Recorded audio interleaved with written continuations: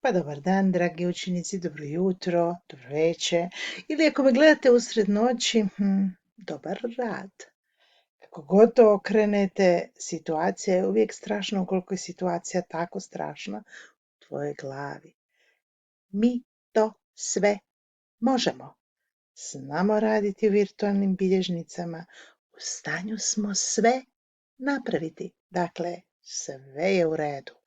Radimo na isti način kao što smo radili do sada, samo pazi, bit će puno više objašnjenja u OneNote-u. Pokušavat ću sve nasnimiti upute da ne morate baš sve čitat, ali neke stvari se ipak trebaju napisati. Dakle, prati iz dana u dan što se događa i molim te, nađi vremena za malo učenja njemačkog. Hvala ti i vidimo se.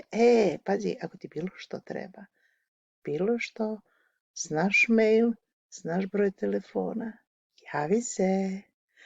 I super izolaciju i super online druženje i puno novih zanimljivih stvari želi ti tvoja profesorica iz njemačkog Tatjana Antić. Čekaj da ovo zaustavim. Boki.